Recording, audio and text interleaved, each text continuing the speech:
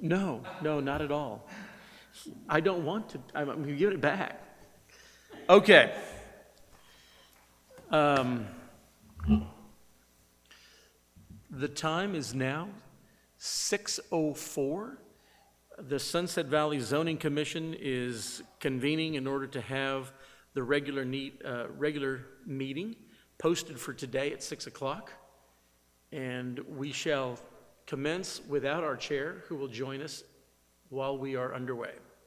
So, the call to order, we are now so called. Public comments. If you are here to talk about a specific agenda item, you can wait for that agenda item. If you're here to speak about general items, you're free to take the floor at this time. Do we have any members of the public that wish to speak? Hearing none, we're moving on. Matt, do we have any members of the public that have submitted written comments to be shared with us tonight? None on Open Town Hall.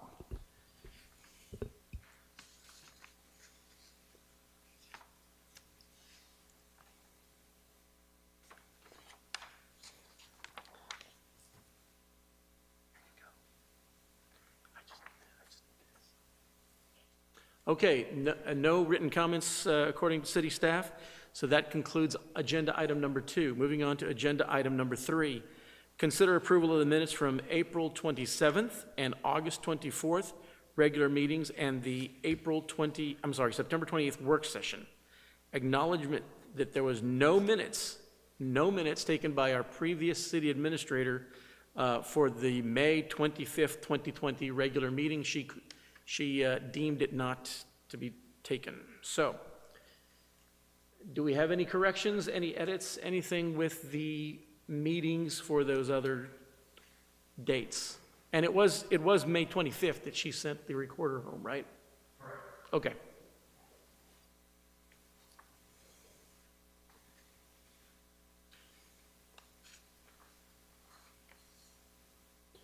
I think that's all reflected in the August 24th minutes. Yes. That, where we discussed that. yes.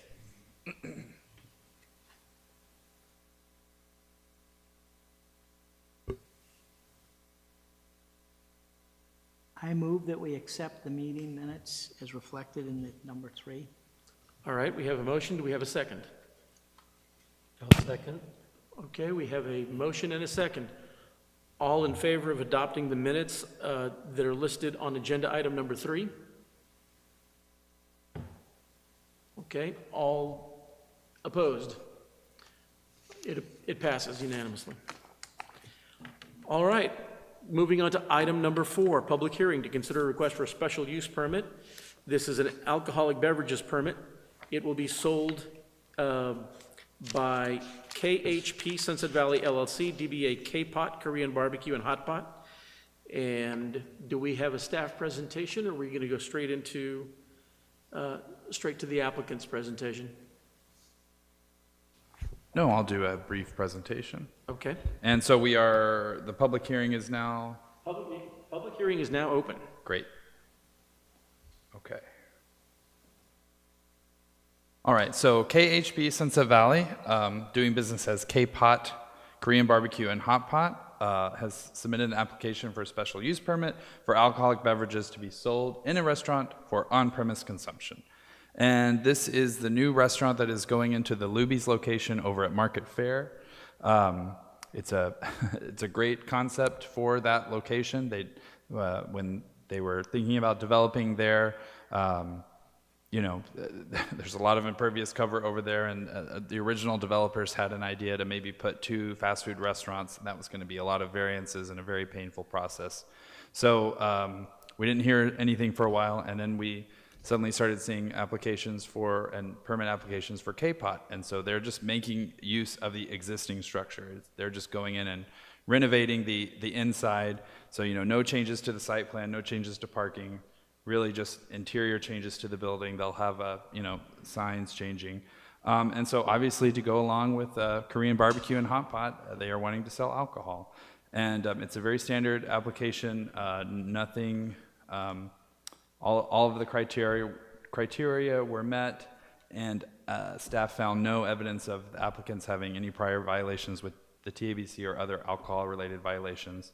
They have opened, Andy here with KPOD has told me they've opened several other locations in Texas, including, oddly enough, from my hometown. I never thought my hometown of Longview, Texas would have a Korean barbecue and hot pot restaurant, but yet it does.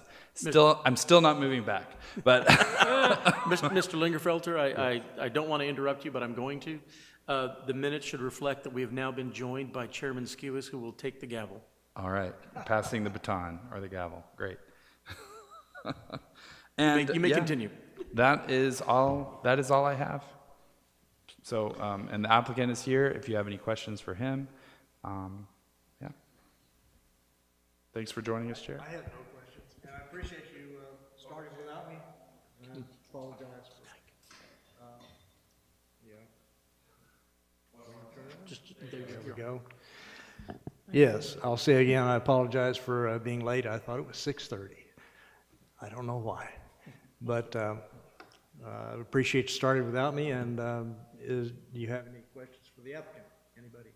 Well, You got one, you got one. I have questions for the staff. The application that was included in the package was not signed and doesn't show amount paid. Is that an oversight, or is that, my expectation is that it doesn't have to be? Right, that is an oversight. I apologize. They probably included I actually saw that today. They have paid the fees, and I did meet with the applicant in person, so I can, when the applicant applied, so I probably have the signed copy somewhere, but I can get an official one filed, and they did pay the special use permit fee. I was gonna say, since And- he's here and if he needs to be signed. Yeah, we can just get a signature on it. Yeah. So that was an oversight on my part. I apologize. Russell, you have a question? Okay. Anybody on the side? Yes, sir. Bob has a follow-up question. I have another question for Okay. the applicant. All right. I looked at the list of alcoholic beverages and didn't recognize many of those drinks, which is kind of interesting. Are any of them significantly above the standard alcohol level? You know, 80 proof or 80 whatever? Or is it pretty much standard alcohol content for these beverages? Do you mind going to the podium and? Does that make sense? Is that, my question make sense to you? Currently, I have not a specific problem with alcohol, like how the mixed drink they doing, but I will.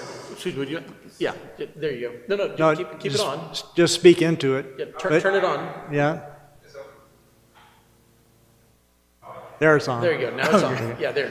So, but then I can write down the question and then go back to talk to my the team, see what they're gonna be saying about the like alcohol proof, right? Yeah, the level of alcohol in the drink. Just curious as to whether, you know, most drinks have they're with a certain amount of alcohol in them, and sometimes you can have some really heavy alcohol. Just kind of curious, since I didn't recognize them.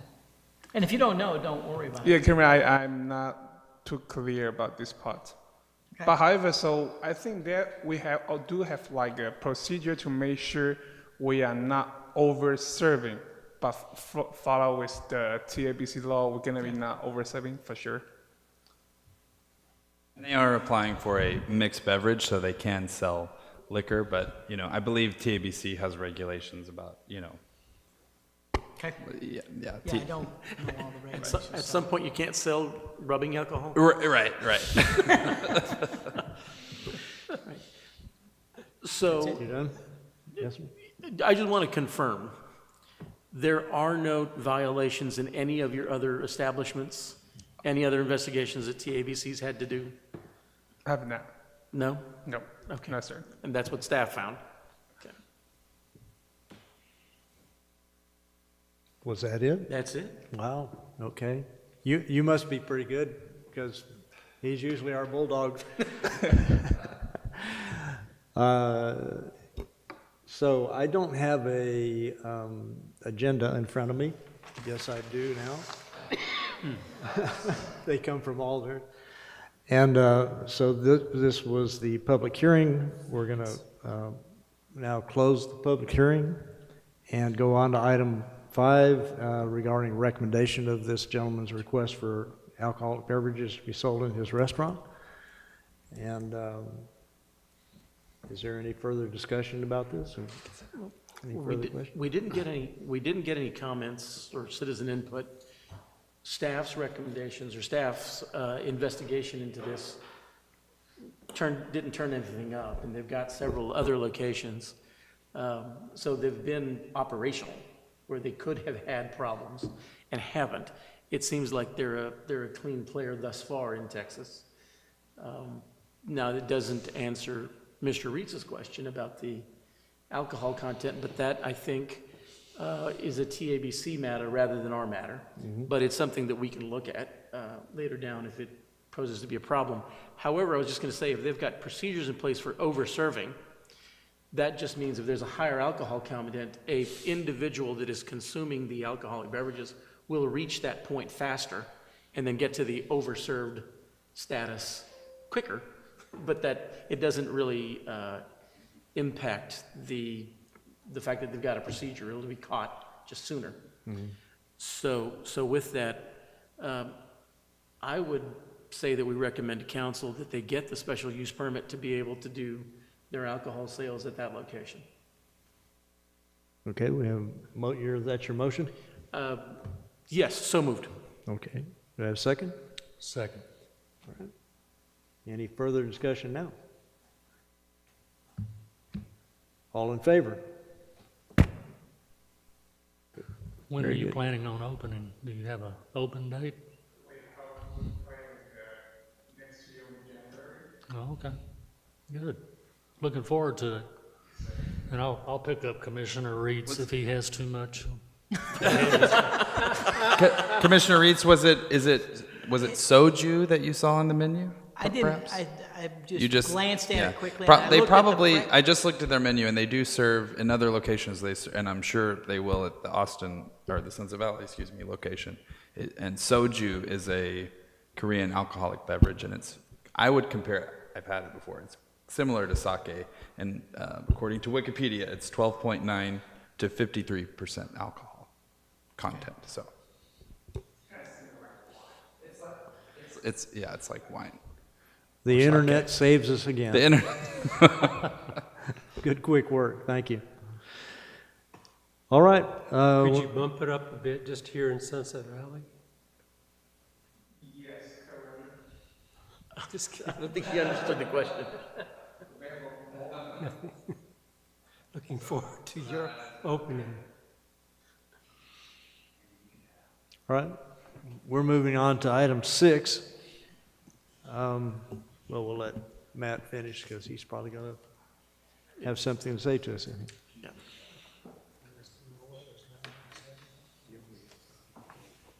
So do you have 2 agendas in? I do. Okay, the colored one is John's. I mean, that back to him. It's rightful owner. He spent his own ink on that. Yeah, that's why I'm giving it back to his rightful owner. It's in color and everything. No, Actually, I was given this as a gift. Oh, But he didn't say anything about so you'd be sharing glad it to with everybody. re-gift if necessary. all right. Okay, while you were talking to him, we opened up item 6, and you have something to say to us on that? Okay, I do. So I think half of you, were at the workshop, or I think more than half of you at least, were at the workshop on Saturday, where there were representatives. I believe every committee and commission had a representative, and the BOA, where we kind of went through the comprehensive plan. Actually, a lot of the workshop was focused on the future land use map, and kind of a continuation of our little workshop that we had over in the EOC in September. And then we did address some of the points of possible contention or dissension in the comprehensive plan. Overall, I believe it was a very productive workshop. One of the things that staff has been discussing, and we also discussed this with the chair of the Planning and Environmental Committee, because the P&E committee was really the kind of the foundational committee that that worked for about a year before this whole process started. One of the things we discussed, there's no rush to get this done. We want to do it right. And the schedule, this is the calendar that we currently had after council reviewed it. I believe it was in late summer. And so there was a directive from council to vet the revisions with all the committees. So we've done that, right? And we've had a joint committee meeting. But then the calendar basically had us doing all this work in November, December, January, right? Public hearings in December and January. And that's over the holidays. We just feel that that's not really a very transparent process. Again, there's no rush to this. We want the public to be able to have their input, the committees, obviously. So we are hoping maybe tonight we can get a recommendation from this body to slow the process down a bit, maybe a goal of March. Maybe we send it to council in February and with a possible, public hearings and adoption in March. That could be a goal. Carolyn and I have also discussed possibly having a joint meeting with Planning and Environmental and the Zoning Commission. And it would be more of a formal meeting where, the public, obviously, it would be a public called meeting. It would be recorded and live streamed, and we could take public comments. We've done it in the past, maybe the Planning and Environmental could sit over there or over here. We could work that out. But in the state code, it says that your comprehensive plan must be reviewed by the Planning and Zoning Commission. Well, we don't have P&Z. We have Planning and Environmental, and then we have the Zoning Commission. So we thought, why not have a joint meeting with the two, especially since Planning and Environmental kind of started this whole process.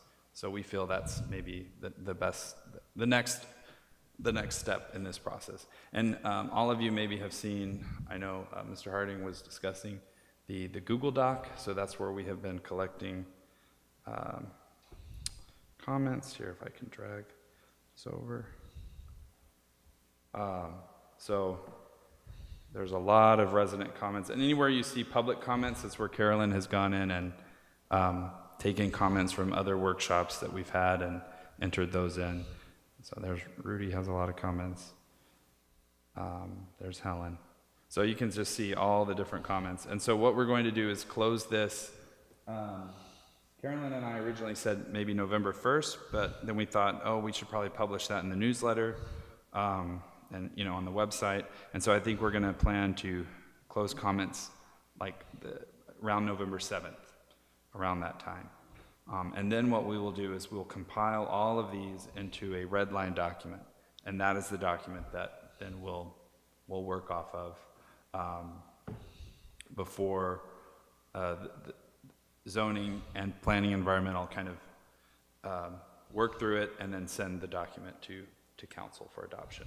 Also, we will be sending out, or we will be posting the future land use map. There are really three major areas where there might be some changes or differences from previous future land use maps, and those would be, kind of the south area of the city along Brody and the Country White Lane area, right? Some changes there.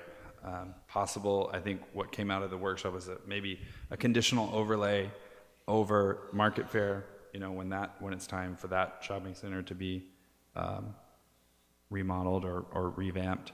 So adding a conditional overlay. And we also, I think we need to have some more discussions about conditional overlay. I think one of the suggestions from the workshop was to have possibly like an educational seminar, because Carolyn and I, that was kind of before our time when we were heavily involved in development. And so a conditional overlay exists in the village, and I believe also the homestead. And so if you read in our code, in our LDC, that section of the code is pretty sparse. And so it would be, I think we just need some education and more discussion on what goes into that conditional overlay, which is basically for our highway commercial districts. And then one additional revisions to the FLUM is going to be, I think, rethinking about the North Highway 290 frontage. The old FLUM had that entire, from the everything east of the detention pond, so where the hotel is east, it had it all listed as highway commercial, and we're seeing that maybe that's not the best use over there. So, I mean, mostly what's over there now is neighborhood commercial and neighborhood office, so maybe revisiting that section of town and the Flum. And then there's also more discussion needed. I think the community's about a consensus for some of these city-owned properties, which include the Galt property, 37 Lone Oak, and the Barron's property. But there's some decisions, to be made about how we present those on the Flum and what future zoning changes council could start for those three properties, the city-owned properties. So that's kind of trying to wrap up that workshop in a nutshell, where we are with the comp plan, slowing the timeline down a bit, which would basically just be, we would be changing, staff is recommending, maybe doing a preliminary review with you guys next month. We'd have to change our meeting date because we don't want to meet Thanksgiving Eve. And then maybe having some of those educational pieces in January, so maybe sending the document to the final draft to council in February, and then council can take it up for adoption and public hearings in March. So any comments, questions? I've got two. I've got two. Yes, sir. I think it's good it's being pushed back a little bit because we have an election and there may be some new council members. Correct. And they need to be active on this. Correct. And the other is that, do you know how many, how high the condos are going to be at Rhodey Oaks and when they tear down that retail and build condominiums? Anybody know? That's actually interesting. And 'cause it's we were- also interesting, if they tried to do that here, that would wipe out any retail we have until they build new retail Until we build and new, move people right. back in. Well, Wow. yeah, and there's other issues also to ask if that's the kind of mixed use we want, or if it's more of a, I think what is being discussed now, kind of like what we discussed at the last, or in September with our workshop, is not so much focused on trying to bring in multifamily, but rather kind of the new model of shopping centers, which is more experiential and has more of a town center, right? Yeah, Maybe offices on the top, I don't know, or I don't know. That is all things I think that needs to be discussed. It also doesn't have to be necessarily addressed in the comp plan. Remember, the comp plan is broad. When we get to the LDC rewrite, that's where we go in and say, well, we don't, we want this, we don't want this. Yeah. That also is, I think, where you have a little bit more control. When it's a conditional overlay, you have a little bit more control of how the shopping center looks and feels. Caroline was also talking about possibly looking at form-based code, which, to be honest, I don't know much about form-based code. I'm used to working with, what we have with zoning. But I don't think there's a lot of support from what I can tell, there's not a lot of support of when we say mixed use that means necessarily multifamily, because it doesn't have to mean multifamily. I think there needs, and that should probably be addressed in our comp plan. And I think our comp plan does say single family low density. So, Melissa, did you have something to say?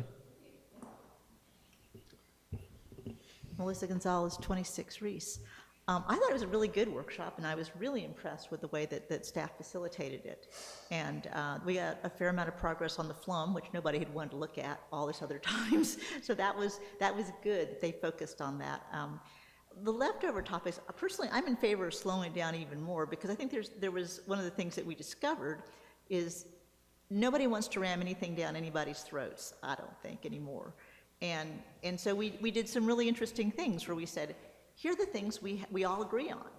And here are the things out here on the side, at least in our group, that are fussy to anybody, So we just made a list. And I think that's been really helpful, because there's a fair amount of agreement. And then there's some topics that I think are all educational. And I think we would all, as a community, do well to do our due diligence and get our education on these topics. And there's not that many of them, but form-based code was one of them. There was also better lighting, AKA dark skies. There were mixed use, but what does that mean? And one of the things that I personally brought up at the end, which alludes to the chair's thing, is that we really need to focus on facelifts as well.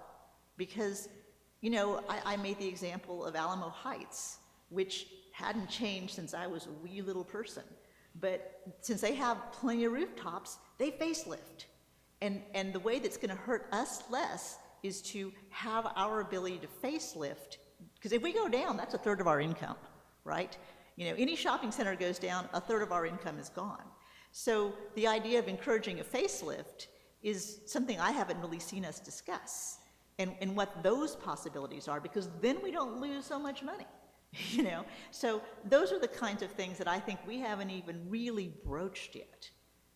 What does a facelift look like? What possibilities do we have for that? And yeah, maybe they want to, it's their property, so maybe they want to take them down to the ground, and how do we make that less of an impact on us? But those are things for later, but facelift isn't I haven't seen any discussions of that. So, and that's my number one suggestion is that we do that. So anyway, but all those panels, I think, are going to take a little bit of a time to assimilate. So to me, I would even consider May as a more reasonable time, because you have to get your speakers in for dark skies. You have to, I think when we talk about something like form-based code, that's a couple of ones, because that one's totally nobody's talked about. I think there's been a consensus building to stay at single family because of how much the math is on that. But, we should have a good discussion on that. So I don't think anybody needs to rush. I think we take these topics as a community and we chew on them. And if it's a whole 2 months more for us to have a good conversation, I don't see, there's nobody else driving it anymore to rush it. So I think that we should have a healthy discussion. But I think those are very interesting topics. Better lighting, form-based code, mixed use, what does that mean? And I would add this other topic of what does a facelift look like? And how do we help people do that? Thank you. Thank you.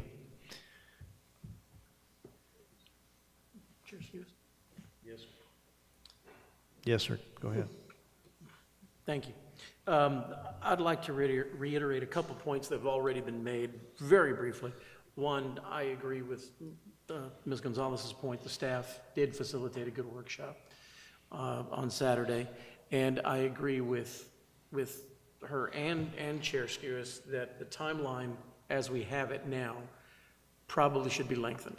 I don't have a recommendation as to where, but I think lengthening the timeline I would go along with, especially since, as Matt ably pointed out, typically a municipality has zoning and planning. That is one committee. That is, they do zoning and planning. It's considered to be, planning is considered a job of zoning.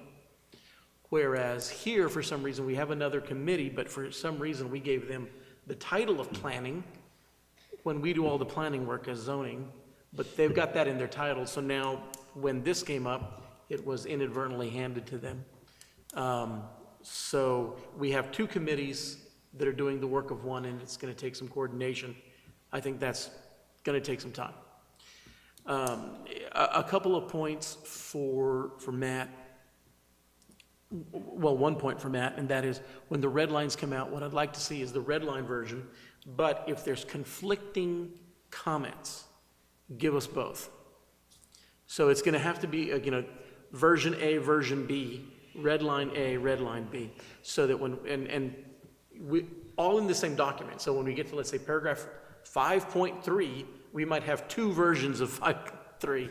Like it's a sentence, one sentence edited by one resident, and then another sentence. It's if they're conflicting, maybe different colors or something. Right. Version one, right? Yeah. And for example, and this is not to say that we're at a philosophical disagreement, but if there's a philosophical disagreement, for example, less lighting is the way I'd phrase it, not better lighting. Some people may say better lighting, dark skies, and I'll say less lighting, dark skies, not necessarily better. So, those are the kind of things that you can't redline and get them both. And I'm not going to debate. I'm just saying I'm using that as an example, where two residents may have two different points going the same direction, different directions, and we need to see those in the red lines.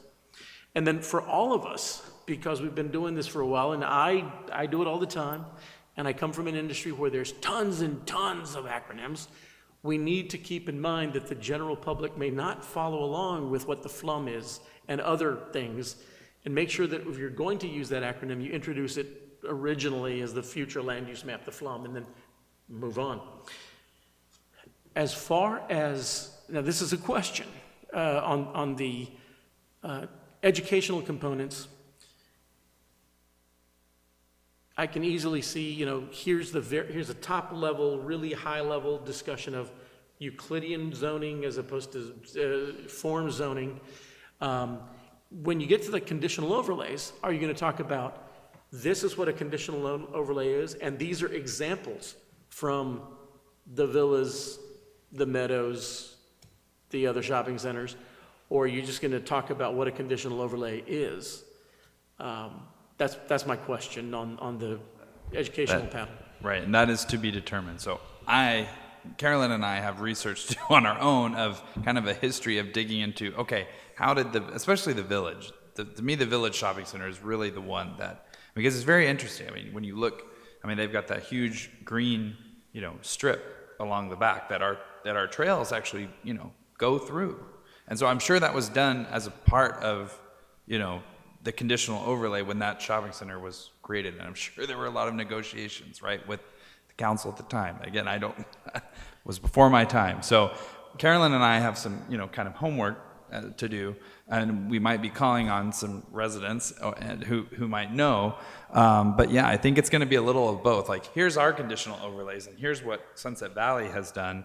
But here's, it's going to be good to go out and see other conditional overlays. And specifically, I think we're really looking at, I don't think at this point we're going to make any changes to our neighborhoods. This is going to be focused more on commercial. And it's interesting that you pointed to the village, because as Chair Skewis will back me up, it would have been good to have a compass pointing us at least in the right general direction when we were involved in those negotiations, because very often council would be here, staff would be there, zoning would be here, applicants in the middle, and it was 12:30, 1 o'clock, and we were trying to get out of this building, negotiating all the conditional overlays.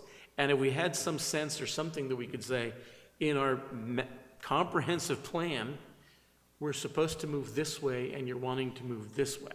So bring your vision closer this way, but we had no we had no way to steer the ships, at least in the same general direction. So I applaud the process, and I think this is a good process, and citizen input is important. And the next time we are involved in those conditional overlay negotiations, we might have some documents to provide us with a lodestar, a Polaris to aim toward.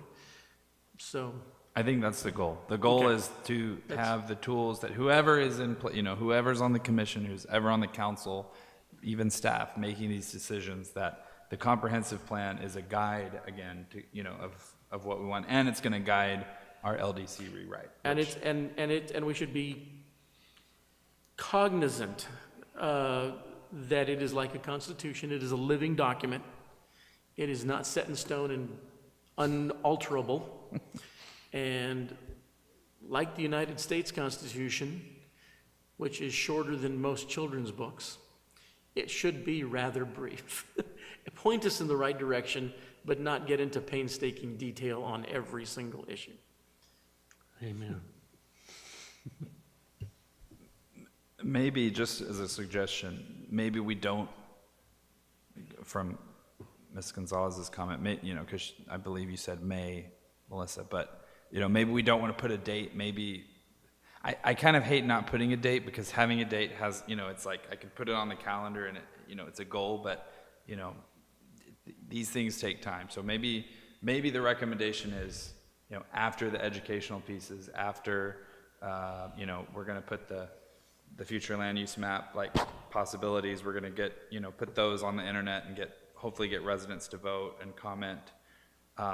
So I don't know, maybe it's more of we kind of throw this calendar out and we say, here are the things we want to do, including the educational pieces, public comments on the future land use map proposals, and, meetings with planning, environmental, and zoning.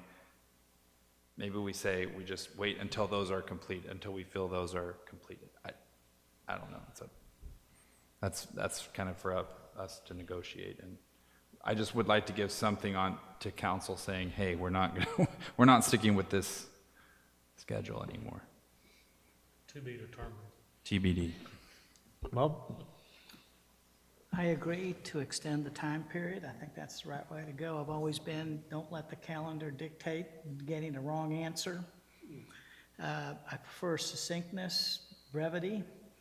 I do question putting it at the level of a constitution, which is the supreme law of the land, versus these are guidelines. Yes. And I think that's really what you mean, and that is it's something to follow from the subordinate actions, but yet it has no legal impact. We are not bound by it. That is correct, and that's what I meant by a living document, not alterable. We can go away from that if we want.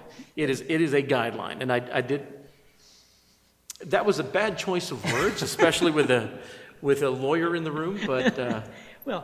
I'm hopefully being helpful or a couple of lawyers give what we're trying to accomplish, because it is meant to be a guiding light for a direction for the city, which is always kind of interesting. And that is, okay, where are we going? Well, sometimes you don't know until the crosses the Y in the road and sits there and goes, okay, we got to make a decision. When the crisis is upon you, yes, the first casualty is the plan. Yeah. So you like the Lodestar and Polaris part? Yes. Yes, yeah. Guiding light. Anyway, so as we go through this, it's kind of like, okay, let's get our guiding principles right, because there is a lot of semantics with regard to dark sky versus lighting, or better lighting or whatever, and I sit there and go, well, the semantics do kind of lay an impression on people versus here's in more detail what we think, and I say detail, brevity too, and that is, we would think it's good for the city to do the following, or have the following goals. I kind of consider it more goal-oriented. Right. This is what we would like as far as where we think the city should go and strive for these goals over the next 10 years, because that's kind of what it's really meant, and then not necessarily, well, this conflicts with our vision, our outline, and therefore we can't do it. That's And I I think that when we get to that Y in the road that you're talking about, that we should listen to Yogi Berra and say, just take it. If you can, when you get there, just take it. When you get to the line, just take it. I appreciate the Yogi Berra, especially this time of year, considering what's coming up. Was it tomorrow or what, Friday? Friday. But his team won't be there. A Texas team will be replacing that. No problem there either. And so, but my guideline comment, just to show, comes from the Pirates of the Caribbean when she tried to invoke the Pirates Code, and he sits back at their mere guidelines. And what we're talking about are mere guidelines here for the city council to follow. What I'd like to see is Mr. Reitz do that line in the style of, what's the actor's name? I can't remember who did it, but I think it's one of the best lines ever in a movie. Mere guidelines. You mean the parlay? The part, yes. Or should I say now- parlay? It being Halloween coming up, I best rehearse. Okay, we've all devolved into R-ing at the table, so. I think you've got some input from us, Matt. Do you need a motion? You need It just says discussion and possible recommendation. Yeah, I Okay. guess a motion or a recommendation from you guys is generally a motion, so it could, yeah. Can we include in the motion that you read our recommendation to council like Johnny Depp? Right, I have to, All right, we'll leave that part out. okay, we'll leave It that. might take some practice.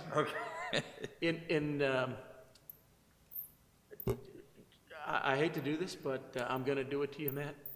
I move that we make a recommendation to council, consistent with our discussion here tonight, of lengthening the time and allowing for citizen comments for us to get this right in order to have a brief, concise set of guidelines, for the city moving forward. And that motion, if I missed anything, and my fellow commission members, free to amend. I We would also- second the motion since it is brief. It is succinct. We also have, YouTube, we can go back and replay it, but, and as I'm typing this down, there's no time. We're not including a time, we have these goals, and we have these, this kind of new revised process, and once that's complete, and you all feel it's a good, concise document, solid document, then it's ready to pass on to council. But there's basically no rush. There's also no set date. That's how I understand it. That's correct. I seconded it. You did. We Got a do mo- need to take a vote. We have a motion and a second on the floor. All in favor? There may be you take one topic at a time, Dark skies may be one meeting by itself. I don't know. But certainly the conditional overlays, I would think, would be It's going to be a workshop. complicated. Yes. Yeah. And so, like I said, that Google Doc, so I don't know how long it's going to take Carolyn and I to create this red line. It could be rather complicated, so I am thinking that it probably will not be ready for November. So, because our regular meeting would be November 23rd, which obviously we're not going to call because it's Thanksgiving Eve. If we get there's a possibility we'll be getting a special use permit application soon, just based on some conversations I've had. So would you all be available for a November 30th meeting? That is a Wednesday November evening. 30th, Wednesday. So The that Wednesday after- that's also a good goal for Carolyn and I to have that red line document completed by. So I'll spend Turkey Day doing that. I'm good. I'm good. November 30th. It's the last Wednesday in November. And I believe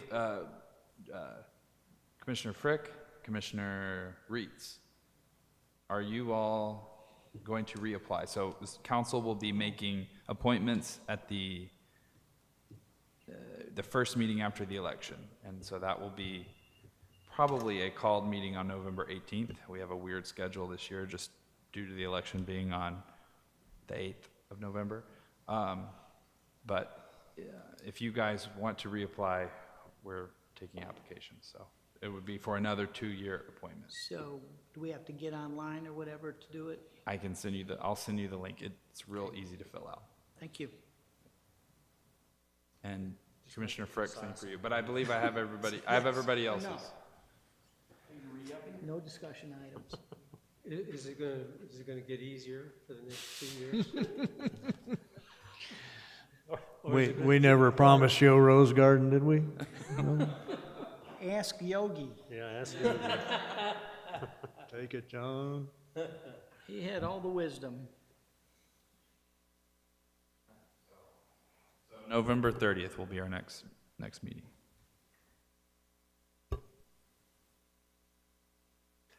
John, what were those goals that your retirement goals that you hadn't gotten to yet that you were talking to me Well, I about? do have a goal to edit this screenplay I'm working on, and I would like to devote as much time as they can to that. But we also have Art Fest coming up, and that always takes a bit of time too. So let me just, I want to think about it just a tad longer. We do have a new applicant as well. So Mr. Harding has applied to be an alternate. You can always apply to be an alternate, but we do have a new applicant this year. So Miss Lisa Versace on Pillow has applied to be on zoning. Okay? Think about it, because I want you to do those things you want to do. Yeah. I'd like to have you here, but I want you to get there. I want y'all to go see my movie one of these days. All right, well, motion to adjourn, anybody? So moved. Second, all in favor? Thank you. That'd be really cool. To get one more screenplay under your belt, that'd be pretty awesome.